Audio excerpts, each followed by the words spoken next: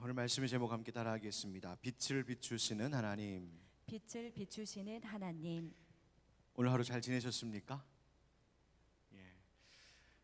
오늘 이곳에 올 때 여러분 어떤 마음으로 이곳에 오셨는지 제가 다 알지는 못하지만 여러분들의 그 마음을 살아계신 하나님, 우리의 모든 것을 감찰하시는 하나님께서 아시고 위로가 필요한 자들에게는 위로를, 새 힘 주시기를 원하시는 자들에게는 또 새 힘 주심을, 또 하나님께 감사함으로 나온 이들에게는 더 큰 기쁨을 주시는 이 밤이 되기를 예수님의 이름으로 축원합니다.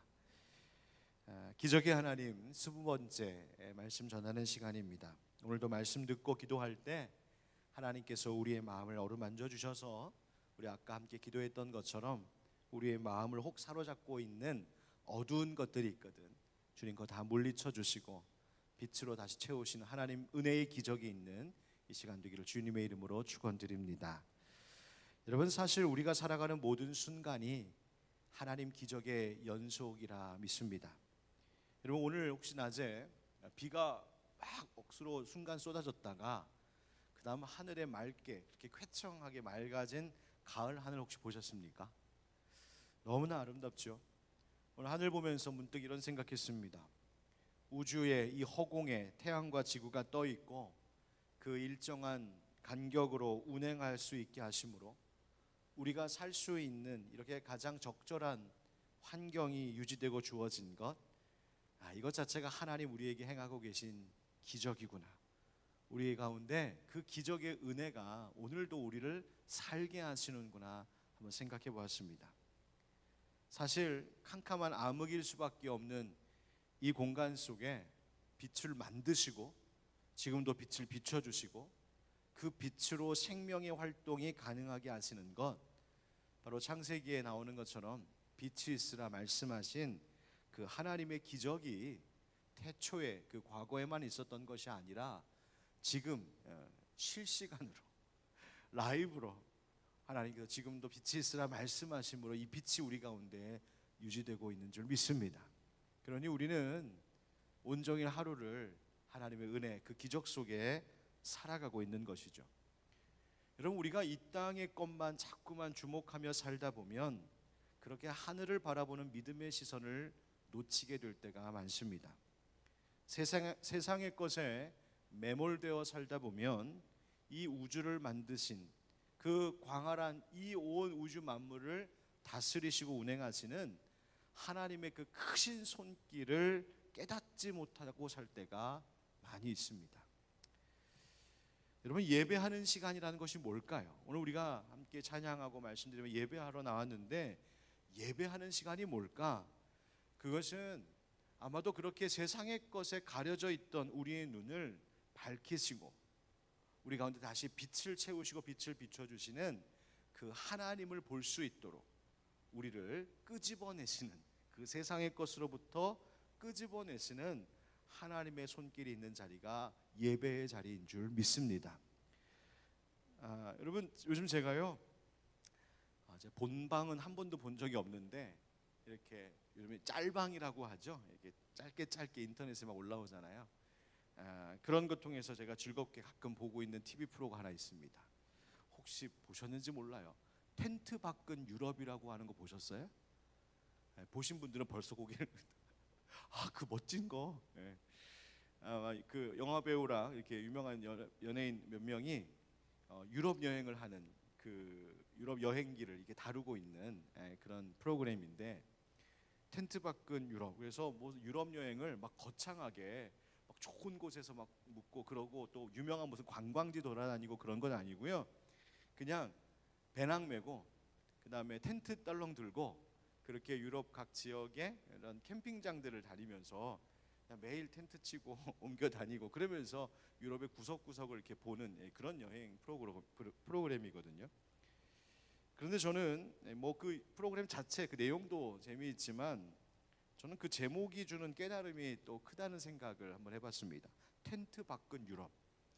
여러분, 아무리 멋있고 고풍스러운 유럽의 건축물들이 막 즐비하고 알프스 산맥과 같이 멋진 자연이 눈앞에 펼쳐지는 그런 환경 가운데 있다 해도 텐트 안에만 갇혀 있으면 여기가 유럽인지 여기가 한국 땅인지 다를 것이 없습니다.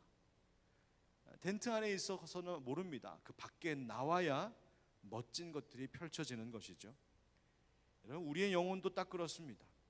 현실의 문제, 육적인 문제라고 하는 방 안에만 갇혀 있으면 그 밖에 내 현실의 문제보다 훨씬 크신 하나님의 역사, 그 기적과 같은 은혜들이 내 눈에 들어올 수가 없습니다. 깨달아지지 않는 것이죠. 그러니 내 인생의 현실의 문제, 때로는 그것이 우울함이기도 하고 실망감이기도 하고 세상의 습관적인 어떤 악한 것일 수도 있고요. 그 안에만 갇혀 있는 동안 우리는 결국 그 영혼이 여전히 메말라 있으며 알지 못하는 겁니다. 여러분, 예배, 하나님을 찬양하고 하나님을 높이는 예배의 시간이란 어쩌면 그 텐트 문을 확 열고 밖으로 뛰쳐나오는 것 아닐까 싶습니다.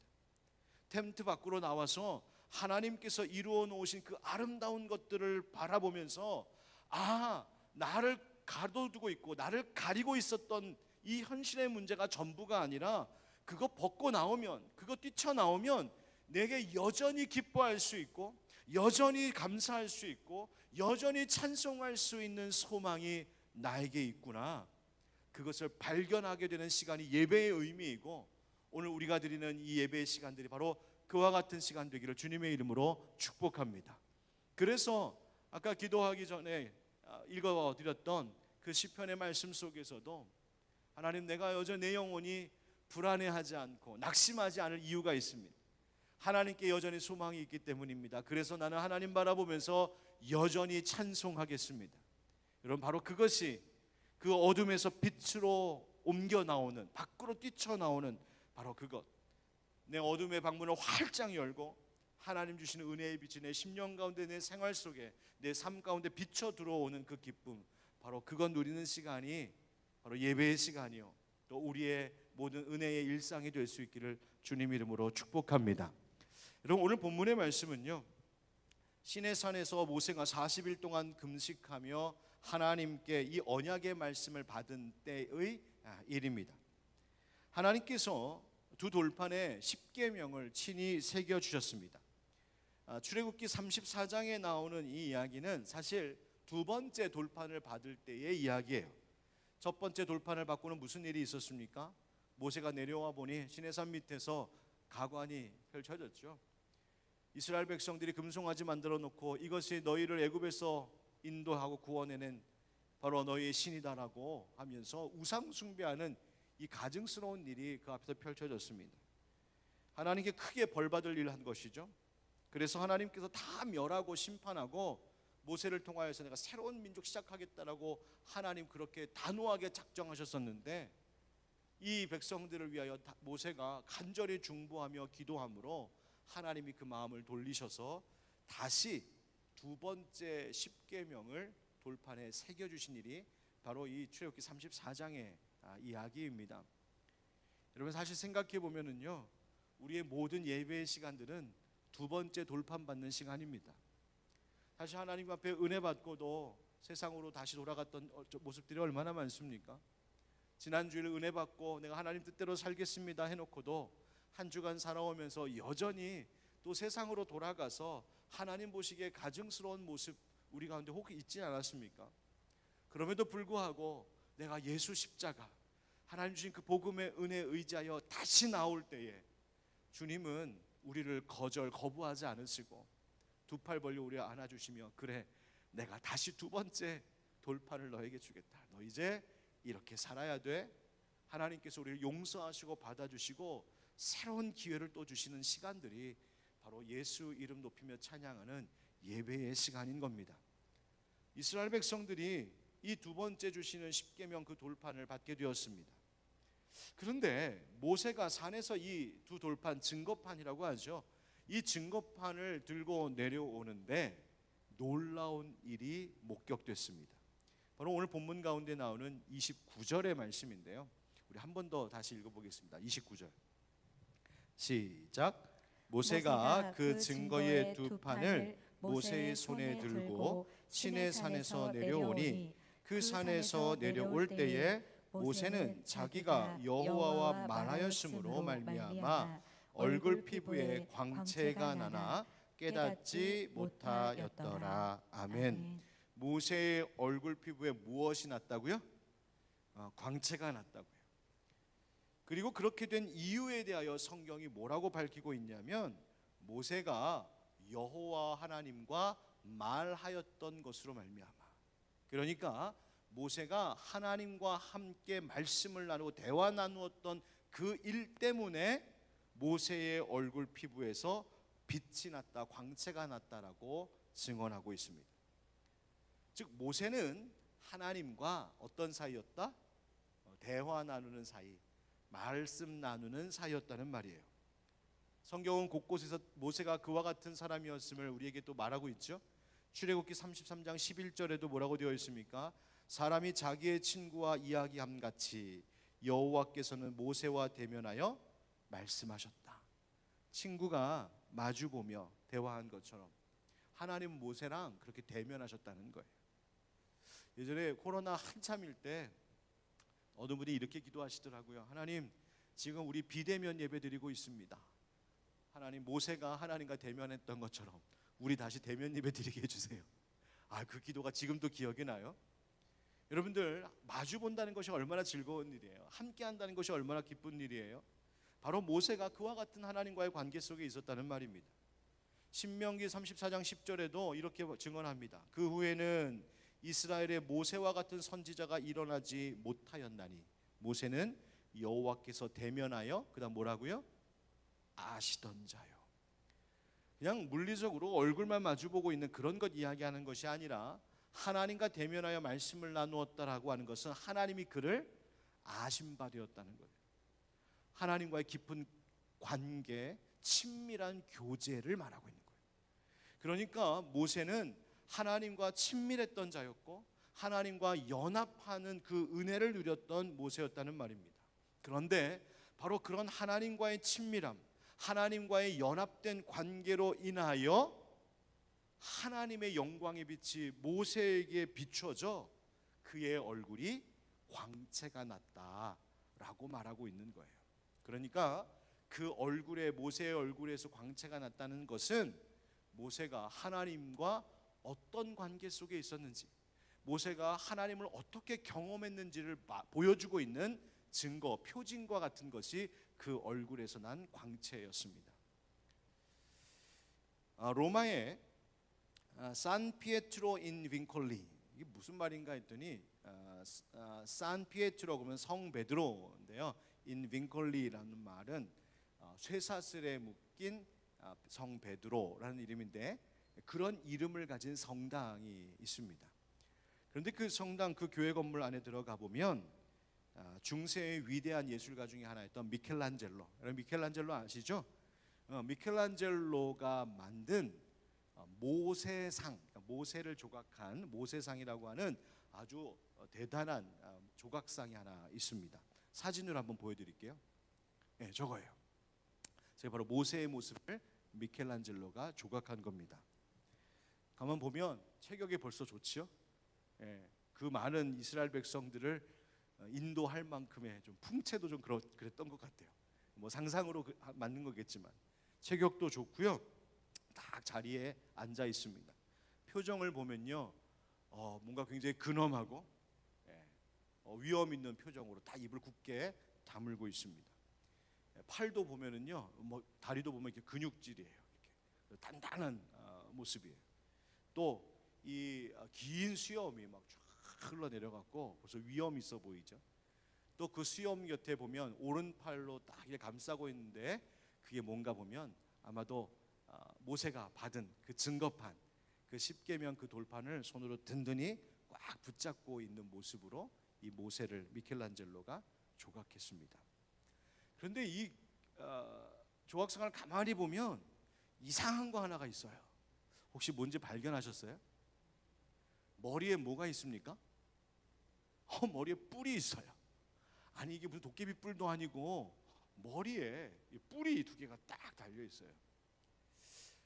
왜 미켈란젤로가 저 모세의 머리에다가 뿔 두 개를 달고 조각을 했을까? 의아하지 않습니까? 이것에 대하여 어떤 사람들은 미켈란젤로가 실수했다고 보기도 합니다. 무슨 실수냐?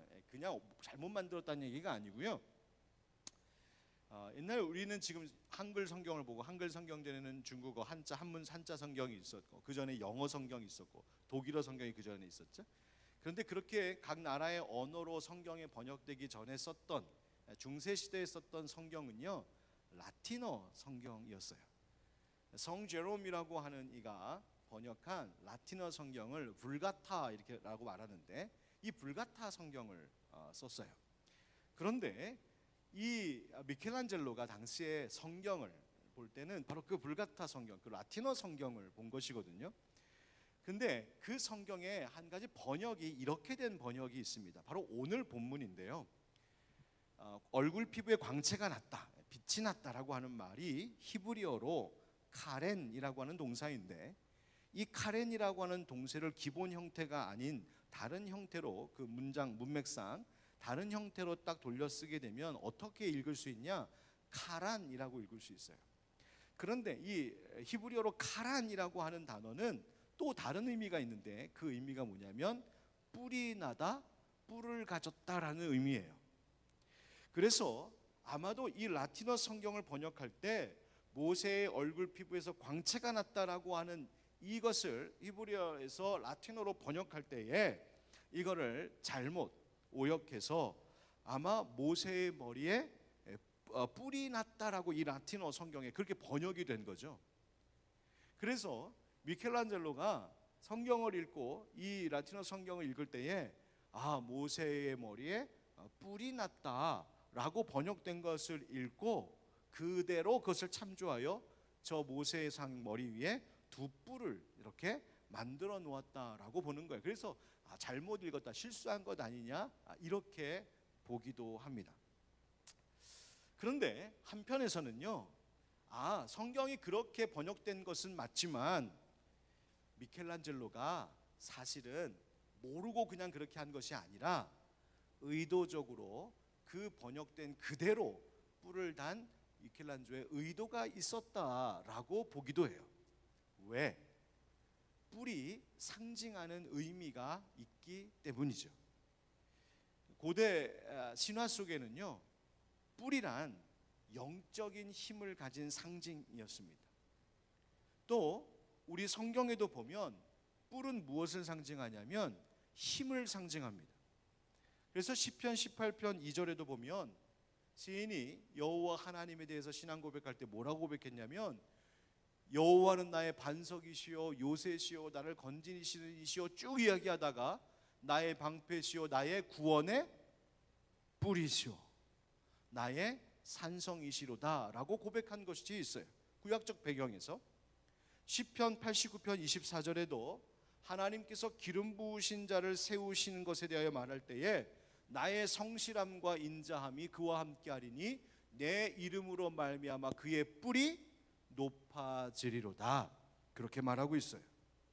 그러니까 미켈란젤로는 모세의 얼굴에서 광채가 난 그것을 전혀 몰랐던 것이 아니라 그 번역된 대로 의도적으로 그 모세의 머리에 뿔을 달아 놓음으로 하나님과 대면하고 하나님의 은혜를 경험하고 하나님의 그 영광의 빛을 입은 자가 어떤 영적 권위와 영적인 힘을 가진 자인지를 상징적으로 그리고 가시적으로 나타내기 위하여 그 의미를 조각에다가 이렇게 표현했다라고 해석을 하기도 합니다. 이와 관련해서 우리 교회인들의 부흥회에도 오셨었던 김기석 목사님이 그분의 이 본문 설교에서 이렇게 말씀하기도 했어요. 미켈란젤로는 모세상에 뿔을 덧붙임으로써 모세를 하나님의 현존 앞에 선 사람, 하나님과 하나됨을 경험한 이상적 인간으로 제시하고 있는 것입니다 라고 이 작품을 그렇게 해석하기도 했어요. 그러니까 미켈란젤로의 이 번역을 그대로 보았던 실수였든 아니면 그가 이런 영적인 의미를 담아서 이 작품을 표현한 것이든 이 모세의 얼굴에 빛난 광채가 의미하는 바는 모세가 하나님과 대면하여 만나는 자였고 바로 그것 그 하나님과의 친밀한 관계의 증거가 겉으로 드러나 보여졌다는 사실을 말하고 있는 겁니다. 그것이 바로 빛으로 나타났고 그것은 곧 영적인 힘으로 나타났다는 것이죠. 바로 이것이 오늘 본문이 우리에게 이야기하고 있는 바입니다. 그럼 오늘 본문을 통하여서 이 밤에 우리가 함께 받을 수 있는 교훈이 무엇일까?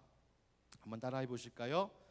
하나님 만난 자에게 빛을 비추십니다. 하나님 만난 자에게 빛을 비추십니다. 여러분, 성경에서 말하는 빛이라는 것이 여러분 무엇입니까? 그냥 태양빛, 이런 뭐 전기, 불빛, 이런 물리적인 빛 아니죠. 그보다 더 본질적인 빛입니다. 성경에서 말하는 빛은 생명을 이야기합니다. 앞서도 잠시 언급했던 것처럼 하나님께서 이 세상을 창조하실 때에 가장 먼저 만드신 것이 빛이었습니다. 빛이 있으라. 그래서 그 빛을 통하여 이 땅 가운데 생명을 불어넣으시고 모든 무질서했던 것들을 질서 있게 하시고 어느 것 하나 조화롭지 않던 모든 혼돈 가운데 소위 카오스라고 하는 그 혼돈과 혼란 속에 있었던 이 흑암의 세상 속에 하나님의 질서와 조화를 이루셨습니다. 어떻게? 빛이 있으라 하심으로 말이죠. 그래서 그 빛은 생명을 이야기합니다. 그 빛은 어둠을 밝히는 빛이죠. 그래서 주님의 그 빛이 우리 가운데 비추어지면 어떤 일이 벌어집니까? 우리의 마음 어둠 구석에 있었던 그 추악한 것들이 드러나기 시작합니다. 마치 캄캄했던 지하실에 문을 탁 열고 빛을 쫙 비치면 깜깜할 때 막 돌아다니던 온갖 쥐 이런 것들이 빛이 쫙 비치면 확 보이면서 확 숨어 들어가는 것처럼 우리의 마음 가운데에 하나님 은혜의 빛, 생명의 빛, 그 지혜의 빛이, 진리의 빛이 비춰지면 우리 안에 있었던 그 어두운 것들이 드러나기 시작하고 그것 때문에 때로는 우리가 찔림을 받고 하나님 앞에 회개하게 되는 은혜가 임하는 것이죠. 또 그 빛은 우리에게 그래서 진리로 다가오는 빛이시기 때문에 하나님의 뜻이 무엇인지를 알게 하시는 깨달음을 주십니다. 여러분, 우리가 말씀을 들을 때에도 그럴 때가 있잖아요. 하나님 말씀 들을 때 쓰러지고 죽을 것 같았던 내 심령인데 하나님 말씀에 은혜의 빛이 임할 때에 다시 살 것 같은, 다시 용기를 낼 것 같은 그 생명력을 부여받을 때가 있습니다. 또 하나님 말씀이 빛으로 내게 탁 다가올 때 그 어두운 곳에 더럽고 추한 것이 쫙 비춰지면서 하나님 용서하옵소서, 하나님 제가 잘못했습니다, 용서해 주세요, 회개하게 되죠. 하나님의 뜻이 무엇입니까? 알지 못해서 막 답답해하고 방황할 때 어느 순간 하나님의 말씀이 때로는 기도할 때에 그 진리의 빛, 깨달음의 빛이 우리 가운데 비춰와서 하나님의 뜻이 이거였군요, 하나님 내가 이렇게 하길 원하시는군요, 알고 그 길을 갈 수 있게 하시잖아요. 바로 그 빛입니다. 그래서 우리의 마음에 빛이 비춰온다 할 때 그 의미란 그냥 물리적으로 가시적으로 우리가 볼 수 있는 그 빛 아니라 생명을 이야기하고 진리를 이야기하고 지혜를 이야기하고 때로는 우리에게 주시는 위로와 치유, 사랑과 같은 그 은혜의 역사를 성경은 빛이라고 이야기하고 있죠. 여러분, 이 빛의 경험을 뜨겁게 한 이 대표적인 인물이 하나 있습니다. 바로 나중에 바울된 사울이지 않습니까? 이 사울이 그리스도인들을 잡으려고 다메섹으로 가던 중에 예수님 만나는데요, 예수님이 어떻게 임하셨습니까? 빛으로 임하셨습니다. 그래서 정오의 빛이 비춰졌어요. 아까 우리 찬양 인도하던 정호 목사님이 점심 먹고 이렇게 들어오면서 저한테 물어보더라고요. 목사님, 왜 우리 교회는 하늘빛 광성교회예요? 궁금했나 봐요, 그 이름이. 그래서 이제 그 이름이 지어진 그 이야기를 들려줬는데, 사실 그런데 그 의미가 있죠. 사도행전 26장 13절 말씀에 이렇게 되어 있거든요. 하늘로부터 해보다 더 밝은 빛이 나와 내 동행들을 둘러 비추는지라. 사울이 경험한 것이 그거였어요. 정오면은 가장 빛이 빛날 때인데요, 오히려 그 정오의 태양빛, 햇빛보다 더 밝은 빛, 바로 주님이, 부활하신 예수님이 빛으로 임하실 때 눈이 멀어버렸습니다. 그런데 여러분, 사울의 육신의 눈은 멀어버렸지만 오히려 그것을 통하여 그 영혼의 빛이 비춰지고 영혼이 눈뜨기 시작하죠. 그가 핍박했던 그리스도와 교회가 사실은 하나님의 아들이요, 하나님이 세우신 교회임을 사울이 깨닫게 되지 않습니까? 그 빛이요, 그 생명의 빛, 깨달음의 빛이 비춰졌던 것이죠. 요한은, 사도 요한은 그래서 요한복음에서 예수님을 뭐라고 표현합니까? 빛이 오셨다고 말하지 않습니까? 이 생명은 사람들의 빛입니다. 세상에 와서 각 사람에게 비추는 참빛이 있었으니 바로 그분이 예수님이십니다라고 요한이 요한복음 1장에서 말하고 있는 거예요. 예수님도 스스로 당신을 뭐라고 우리에게 소개하셨냐면 요한복음 8장 12절에 이렇게 말씀하셨어요. 한번 같이 읽어볼까요? 시작. 예수께서 또 말씀하여 이르시되 나는 세상의 빛이니 나를 따르는 자는 어둠에 다니지 아니하고 생명의 빛을 얻으리라. 아멘. 그 생명, 그 은혜, 바로 이것을 성경은 빛이라고 말하고 있어요. 그러니까 모세의 얼굴에서 난 광채는 그가 하나님을 대면하여 만나고 하나님의 영광, 하나님의 은혜를 경험하여서 임한 것이요, 그로 인하여서 하나님에 대한 경외심, 하나님 만난 그 기쁨, 하나님 앞에서의 어떤 면에서의 그 거룩한 두려움, 하나님 주시는 그 생명력, 하나님 주시는 그 지혜와 깨달음, 하나님 주시는 그 생명력, 이런 즐거움들이 그 가운데에 그 영적인 것들이 가득 입혀지고 채워짐으로 그것이 드러났다는 거예요. 하나님과 친밀함으로, 하나님과 연합함으로 그 빛을 경험했다는 것이죠. 무엇을 말하고 있습니까? 여러분, 하나님을 경험한 자에게는 하나님이 비춰주시는 은혜의 빛이 있고 그 빛이 우리의 삶을 통하여 나타난다는 사실입니다. 하나님의 은혜를 경험한 자는 그 얼굴 표정에서도 나타나고 하나님의 성품과 하나님의 사랑과 그 능력이 그의 삶 가운데서 비추어지고 또 비추는 삶을 살게 하신다는 거예요. 여러분, 목사가요, 목회하다가 가장 기쁘고 감사한 순간이 언제인지 아십니까? 뭐 여러 감사한 때가 있죠. 근데 그 중에 하나를 꼽으라면 주일 예배를 딱 마치고 제가 1층의 로비에서 여러분들 이렇게 인사하지 않습니까? 주먹 인사도 하면서 축복합니다 인사도 하고, 계단에서 이렇게 올라오시는 성도님들을 딱 봤을 때 들어올 때 표정이랑 완전 달라진 표정으로 나가시는 모습을 보면 목사는 힘이 납니다. 들어올 때는요, 세상 모든 인생의 무거운 짐은 다 짊어지고 온 것 같이 얼굴이 이렇게 확 그늘져 갖고서 오셨던 분이 그날 예배드리고 말씀 듣고 돌아가실 때에는 세상 무거운 짐 다 내려놓은 자유로운 자처럼 그 얼굴빛이 환해져 가지고 웃으면서 올라오시는 모습을 딱 보면 아, 이래서 목사하는구나 그런 마음 들 때 있습니다. 목회하다가 진짜 그만둬 버릴까 라는 생각이 들 정도로 막 힘에 부치다가도 얼굴빛이 환하게 밝아져서 예배 마치고 올라오는 성도님들 보면 하나님 내게 주신 사명이 귀한 사명이구나 깨달아지기도 합니다. 우리 교회를 방문하는 분들이 함께 예배를 드리고 제게 들려주시는 말씀 중에 제가 제일 신나는 반응이 있습니다. 피드백이 있습니다. 그게 뭐냐면, 목사님, 하늘빛광성교회요, 애들 교회 학교도 그렇고 예배 드리고 나오는 분들도 그렇고 밝아요. 생기가 있어요. 막 즐거움이 느껴져요. 그런 이야기 들으면요 너무 감사하고 막 가슴이 벅찹니다. 그게 왜 그럴까? 여러분, 다른 건 아닙니다. 뭐 프로그램이 대단히 좋아서도 아니고요, 뭐 재미있는 일이 뭔가 벌어져서도 아니고요, 하나님께서 예배 가운데, 말씀 가운데, 찬양하고 기도하는 가운데 우리의 영혼 가운데 비춰주시는 하나님 은혜의 빛, 생명의 빛이 있었기 때문인 줄 믿습니다. 여러분, 저는 오늘도 우리에게도 그와 같은 빛이 임하는 이 시간이 되기를 주님 이름으로 축복합니다.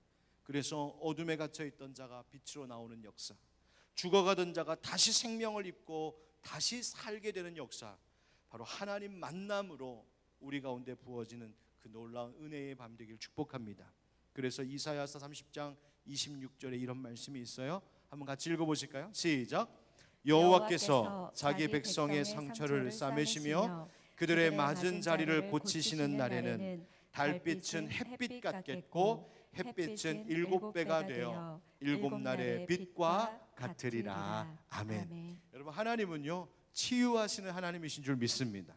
우리의 상한 것들을 싸매시고 고치시는 하나님이시라고 성경이 분명히 말하고 있죠. 그런데요, 하나님이 회복시키시고 하나님이 고치실 때는요 세상의 회복과는 완전히 다른, 그래서 그냥 이전만큼만 나아도 우리는 좋다 할 텐데 하나님이 고치시고 회복시키시면 이전보다 몇 배로 햇빛은 7배가 되고 7날의 빛과 같이 되는 역사로 하나님 회복시키신다고 약속하십니다. 즉 이전보다 더 좋아지는 회복입니다. 사랑하는 성도 여러분, 오늘 말씀 듣고 함께 말씀 붙잡고 기도할 때에 하나님께서 우리의 모든 상한 것들을 치료하시고 빛을 비춰 주셔서 예전보다 더 환하게 밝게 빛나는 우리의 심령이 되고 여러분의 삶과 가정이 될 수 있기를 우리 주 예수 그리스도의 이름으로 축원드립니다. 그러면 하나님께서 우리에게 그렇게 마치 모세를 통하여 빛을 비추듯이 우리에게도 그 은혜의 빛, 생명의 빛 주기를 기뻐하시는데 하나님 왜 그렇게 하실까? 하나님의 그 목적은 무엇일까요?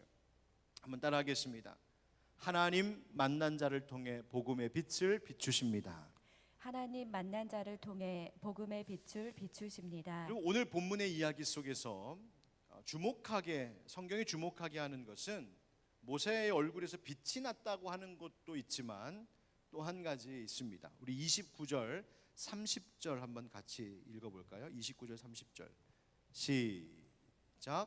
모세가 그 증거의 두 판을 모세의 손에 들고 시내 산에서 내려오니 그 산에서 내려올 때에 모세는 자기가 여호와와 말하였으므로 말미암아 얼굴 피부에 광채가 나나 깨닫지 못하였더라. 아론과 온 이스라엘 자손이 모세를 볼 때에 모세의 얼굴 피부에 광채가 남을 보고 그에게 가까이 하기를 두려워하더니. 아멘. 한 가지는 정작 모세는 자기에게서 광채가 나는 것을 알지 못하고 내려오고 있었어요.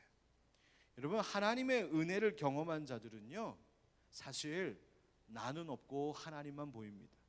나에게서 어떤 빛이 나는지, 내가 얼마나 멋있어졌는지, 내가 얼마나 괜찮아졌는지 그것 보는 건 아니고요, 하나님 은혜의 매력에 빠져서 나는 보이지 않고 하나님만 보입니다. 그런데 나에게서 나타나는 그 영광의 빛, 은혜의 빛을 누가 아느냐? 다른 사람들이 느낀다는 거예요. 다른 사람들이 보면 압니다. 저 사람의 인생을 보면, 저 사람들의 표정을 보면, 저 사람이 살아가는 삶의 모습을 보면, 아, 저 사람이 하나님 만난 사람이구나, 하나님 은혜를 경험한 사람이구나, 하나님의 빛이 임한 자이구나 알 수 있다는 거예요. 즉 하나님의 임재를 사람들이 모세를 통하여 보고 있었습니다. 자, 그런데 이 모세의 얼굴에 나타나는 이 빛과 그리고 그것을 모세가 수건으로 가리지 않습니까? 이것에 대해서 사도 바울이 이 이야기를 기억하며 이것이 의미하고 있던 바가 무엇인지를 신약적으로 우리에게 설명해 준 본문이 있습니다. 바로 고린도후서 3장 말씀인데요, 그 중에 고린도전서 3장 12절 13절 말씀에 이렇게 기록되어 있습니다. 우리가 이 같은 소망이 있으므로 담대히 말하노니 우리는 모세가 이스라엘 자손들에게 장차 없어질 것의 결국을 주목하지 못하게 하려고 수건을 그 얼굴에 쓴 것 같이 아니하노라. 아멘. 무슨 말인가? 말이 조금 어렵죠? 그러니까 여기서 먼저 이야기하려고 하는 바는 모세가 그 광채 나는 얼굴을 수건으로 가렸던 이유를 설명 해석해 주고 있습니다. 그것은 뭐냐? 장차 없어질 것의 결국을 주목하지 못하게 하려고. 이 말을 조금 풀어서 표준 세모적 성경으로 보면 이런 의미예요. 자기 얼굴의 광채가 사라져가는 것을 이스라엘 자손이 보지 못하게 하려고, 이런 의미예요. 그러니까 여러분, 모세의 얼굴 가운데 빛나는 이 광채가 점점 사라져가는 것을 이스라엘 자손이 보지 못하게 가렸다, 이렇게 되어 있어요. 여러분, 우리는요, 아무리 하나님의 은혜 가운데 살면서 빛나는 것 같지만 사실 여전히 우리는 유한한 인간이요, 피조물임을 잊지 말아야 됩니다. 여러분, 내가 하나님처럼 되는 것 아니에요. 하나님과의 친밀함 속에 우리가 빛이 나지만 사실 우리는 연약한 자일 수밖에 없습니다. 그런데 이 말씀을, 이 해석을 바울이 고린도후서 3장에서 어떤 맥락 속에서 이야기하고 있는가 하고 가만히 보면 바울이 고린도후서 3장에서 뭘 얘기하냐면 옛 언약과 새 언약을 이야기합니다. 뭘 말하고 있다고요? 옛 언약과 새 언약. 여러분, 옛 언약은 뭐예요? 바로 모세를 통하여 하나님 주신 율법으로 맺은 언약. 율법을 옛 언약이라고 말해요. 그럼 새 언약은 뭐예요? 우리 요즘 갈라디아서 말씀 주일마다 나누면서 그 얘기 계속 하고 있죠. 새 언약이란 예수 그리스도를 통하여 주신 그 구원의 은혜, 바로 복음을 이야기하고 있는 겁니다. 그런데 옛 언약인 율법은 그것이 점점 사라질 얼굴의 광채와 같이 옛 율법은 점점점 희미해질 것이요, 다시 말하면 율법은 그 끝이 때가 있고 유한하다는 것이요, 그러나 예수 그리스도로 말미암아 우리에게 주어진 복음은 그렇지 않아서 영원히 빛나는 빛과 같다라고 바울이 이 복음의 위대함을 말하기 위하여 이 모세의 일을 끄집어 그것을 해석하고 있는 거예요. 여러분, 그렇습니다. 하나님을 경험한 자, 하나님 만나는 자는요, 이 세상에서 잠시 있다 사라질 것에 주목하지 않습니다. 하나님을 경험한 사람은 그 은혜가 무엇인지를 알고 하나님이 어떠한 분이신지를 알아서 영원한 것을 주목하며 사는 사람들입니다. 바울이, 이스라엘 백성들이, 그리고 이 성경을 읽던 고린도 교회 교인들이, 또 우리들이 이 세상에 잠시 있는 것에 주목하지 않도록, 즉 율법과 같이 유한한 것에 주목하지 아니하고 영원한 복음에 주목하며 은혜에 주목하며 사는 인생 되기를 원하였던 것처럼, 하나님의 은혜를 경험한 자들은 우리 가운데에 그 잠깐 있다 사라질 것에 우리가 매여 있지 아니하고 하나님의 영원한 것들을 주목하며 살아가는 자들임을 말해주고 있어요. 요즘에 우리 교회에서 좀 장례가 많이 나고 있거든요. 제가 어제도 장례 집례하고 왔는데요, 제가 장례 집례할 때 종종 나누는 말씀 가운데 하나가 고린도전서 15장 19절의 말씀이에요. 한번 같이 읽어보실까요? 시작. 만일 그리스도 안에서 우리가 바라는 것이 다만 이 세상의 삶뿐이면 모든 사람 가운데 우리가 더욱 불쌍한 자이리라. 아멘. 여러분, 우리가 하나님을 경험하였다, 하나님 만났다, 내가 하나님 예수 그리스도를 통하여 주신 그 은혜를 경험하고 아는 자입니다 라고 하는 사람들은요, 잠시 있다가 사라질 것 주목하지 않습니다. 영원한 것 주목하며 삽니다. 만약 우리의 인생에 잠시 있는 것, 이 육신의 것이 전부라고 한다면 우리의 인생은 정말 불쌍한 자라고 사도 바울이 이야기하고 있는 거예요. 우리가 육신으로 살다가 100년, 많이 살아서 정말 100년 살았다고 합시다. 그 삶을 살고 그것이 끝이라고 한다면 우리는 이 세상에서 이렇게 살아갈 이유가 없습니다. 소망 없습니다. 그러나 예수 믿는 자들은 알고 있습니다. 육신의 죽음으로 모든 것이 끝나는 것이 아니라 그 후에 진짜 우리의 삶이 시작된다는 것, 영원한 생명이 있다는 것을 우리는 알기에 그거 바라보며 살아가는 것이죠. 그러니까 지금의 고난마저도 소망이 있는 겁니다. 바로 그것을 주목하며 사는 삶, 바로 복음으로 살아가는 사람들입니다. 그래서 베드로전서 2장 9절에서 사도 베드로는 우리에게 우리의 존재를 이렇게 설명하고 있어요. 그러나 너희는 택하신 족속이요 왕같은 제사장들이요 거룩한 나라요 그의 소유가 된 백성이니 이는 너희를 어두운 데서 불러내어 그의 기이한 빛에 들어가게 하신 이의 아름다운 덕을 선포하게 하려 하심이라. 아멘. 우리 사랑하는 형제자매 여러분, 우리가 이 땅 살아가면서 하나님을 알고 하나님을 경험한 자들이라면 세상의 것, 잠시 있다가 사라질 율법과 같은 것에 우리가 주목하며 거기에 매여 살지 아니하고 복음과 같이 하나님의 영원한 것들에 초점을 맞추며 사는 인생이 되어 우리의 삶 자체가, 우리가 살아가는 그 모습 그 자체가 마치 모세의 얼굴 피부에서 광채가 나듯이 우리의 삶을 통하여 그 복음의 빛이 주변 가운데 비춰지는 그러한 삶을 살아가실 수 있기를 주님의 이름으로 축복합니다. 여러분, 다시 어둠으로 돌아가지 말아야 됩니다. 다시 텐트 안으로 들어가지 말라고 말씀하시는 거예요.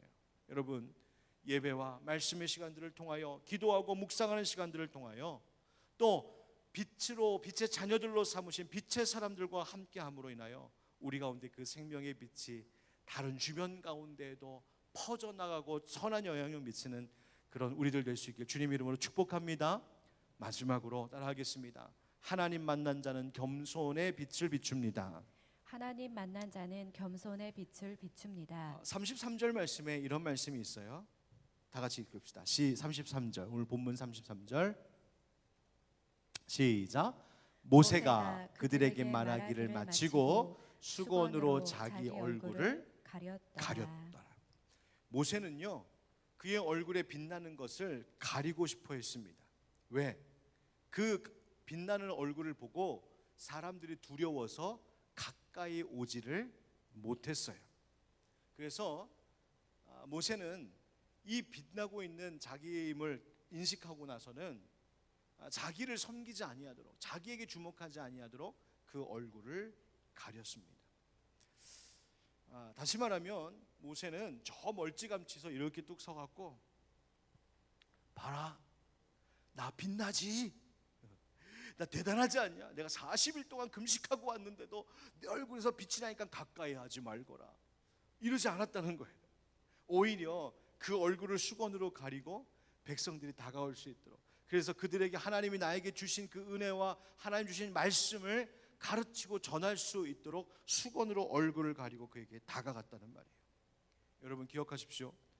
복음을 받은 자들, 복음의 은혜를 아는 자들은 그 복음을 필요로 하는 자들에게 가까이 다가갈 수 있도록 자신을 가릴 줄 아는 사람들입니다. 예수님께서 우리에게 구원의 은혜를 베푸시려고 하늘에서 큰 천둥 소리 같은 소리로 말씀하시지 않으셨습니다. 예수님 이 땅에 육신으로 이 땅에 오셔서 우리의 인생 가운데 찾아오셨습니다. 예수님께서 이 땅에 있는 사람들에게 하나님 나라 말씀 전하시려고, 복음 전하시려고 멋진 궁궐을 져놓고 저기 있는 백성들에게 들어봐라 하면서 말씀 가르치시지 않으시고, 가난한 자들, 병든 자들, 죄인이 있는 곳, 나병 환자들이 있는 곳 찾아가셔서 그곳에서 말씀하시고 그들과 함께 하셨어요. 여러분, 바리새인들, 유대인들의 잘못이 무엇인지 아십니까? 바리새인들, 유대인들이 하나님의 말씀, 율법을 받았다라고 하는 것 때문에 소위 선민의식에 취하고 빠져서 우리는 하나님의 말씀을 알고 하나님을 아는 자들이야 하면서 이방인들을 무시하고 멸시했습니다. 여러분, 성경은 우리에게 복음의 은혜를 아는 자들은 겸손하라고 말합니다. 그래서 사도 바울은 빌립보서에서 예수님이 이 땅에 내려오신 것을 뭐라고 말했습니까? 자기를 비우신 일이다, 낮추신 일이다, 그리고 그 예수님의 마음, 곧 겸손의 마음을 품으라 라고 우리에게 말하고 있습니다. 마태복음 5장 14절부터 16절 말씀에 보면 예수님께서 산상수훈 가운데 우리의 정체성을 뭐라고 하셨냐면, 너희는 세상의 빛이라 산 위에 있는 동네가 숨겨지지 못할 것이요 라고 말씀하셨어요. 그러니까 우리가 뭐라고요? 세상의 빛이라고요. 여러분, 세상의 빛으로 산다는 것은요, 또 세상의 소금으로 산다는 것은요, 세상과 담쌓고 사는 것 아닙니다. 오히려 그 세상 속으로 들어가는 것입니다. 그런데 간혹 이런 분들이 있어요. 좀 다가가기 어려운 분들이 있습니다. 어떤 분들한테 좀 다가가기 어렵냐면, 그분 앞에만 서면, 이런 노래도 있었잖아요. 그대 앞에만 서면 왜 나는 작아지는가. 그분 참 믿음도 좋은 분인데, 참 충성된 분이고 참 좋은 분인 것 아는데, 그리고 정말 바르게 사는 것 아는데, 왠지 그분은 가까이 가기가 좀 어려운 분이 있어요. 왜? 왠지 그분 앞에 서면 내가 평가받는 것 같아서, 내가 부족한 것이 막 드러나고 나를 자꾸만 저울질하는 것 같아서. 이런 분들 있죠. 자기 주장이 막 분명한 분들 있죠. 옳고 그름이 똑 부러지는 분들 있죠. 칼같이 명확하게 쫙. 그래서 그런 분 앞에 가면 그 옳고 그름이 너무 칼같이 명확해서 내가 가까이 가면 베일 것 같은 분들이 있어요. 너무 뜨거워서 그분한테 가면 데일 것 같은 사람들이 있어요. 여러분, 복음의 은혜를 알고 그래서 정말 세상의 빛으로 사는 분들은 그렇지 않습니다. 복음의 은혜를 알면 알수록 얼굴로 그 빛을 수건으로 얼굴을 가릴 줄 아는 겸손함이 있습니다. 그래서 사람들이 멀리서 가기 힘들어, 다가가기 힘들어가 아니라 오히려 가까이 다가갈 마음을 갖고 그와 함께 나누기를 원하는 그 넉넉한 마음을 가진 자들, 그것이 진짜 복음의 빛을 비추는 사람들입니다. 우리 여기 오늘 함께 말씀을 듣고 기도하고 예배하는 우리 성도님들, 우리 마음 가운데 내가 하나님 알고 내가 은혜 받은 자라고 오히려 그 은혜 받음이 우리의 교만하게 되는 이유가 되지 않기를 간절히 원합니다. 오히려 내가 하나님을 압니다, 하나님을 경험하고 하나님을 만났습니다, 내가 은혜의 빛이 우리가 내 가운데 비춰졌습니다 라면 오히려 사람들 앞에 나의 얼굴을 수건으로 가릴 줄 알고 그들이 다가올 수 있도록 그렇게 살아갈 수 있는 겸손한 예수님 닮은 우리들 될 수 있기를 주님 이름으로 축복합니다. 오늘 하나님 영광을 본 사람, 하나님과 친밀함을 누리는 그 사람처럼 하나님 우리에게도 은혜의 빛, 복음의 빛 비추셨으니 우리도 세상을 향하여 그 영원한 것을 바라보는 복음의 빛으로 사람들을 살게 하고 겸손의 빛으로 많은 자들을 가까이 다가올 수 있게 품어낼 수 있는 그런 예수님 닮은 우리 모두 되기를 주님의 이름으로 축원드립니다. 아멘.